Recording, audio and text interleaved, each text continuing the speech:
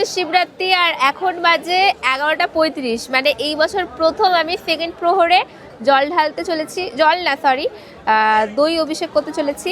মানে আমি তো প্রত্যেক বছর দুধ ঢেলে দিই, দুধ আর গঙ্গা জল সব একসাথে এক প্রহরেই দিই, কিন্তু এই বছর আমি প্রথমবার 4 প্রহর করবো ভেবেছি। অ্যান্ড এটা আমার সেকেন্ড প্রহরে জল ঢালবো আর দই ঢালবো। মানে এইগুলো আমি আগে কখনো করিনি, এটা আমার জীবনের প্রথমবার হচ্ছে। অ্যান্ড এই যে পেছনে সুমিওরা দাঁড়িয়ে আছে, একসাথে আমরা সবাই ঢুকবো।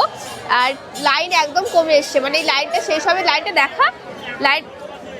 লাইনটা শেষ হবে অ্যান্ড আমরা ঢুকে যাব। মানে একদম শেষে আমরা ঢুকছি। 9টা থেকে শুরু হয়েছিল প্রহর, আর এখন বেজে গেছে 11টা, 12টায় মনে হয় শেষ হবে। তারপর থেকে আবার তৃতীয় প্রহর শুরু হবে। অ্যান্ড আমার সাথে আমি মানে ঠিকঠাক আছি তো এখনো? মানে কি মনে হচ্ছে? এখনো ঠিকঠাক আছে, এখনো থাকবে, কোনো অসুবিধা হবে না ওর সাথে, মানে উপোস করতে আমার কোনো অসুবিধা হবে না।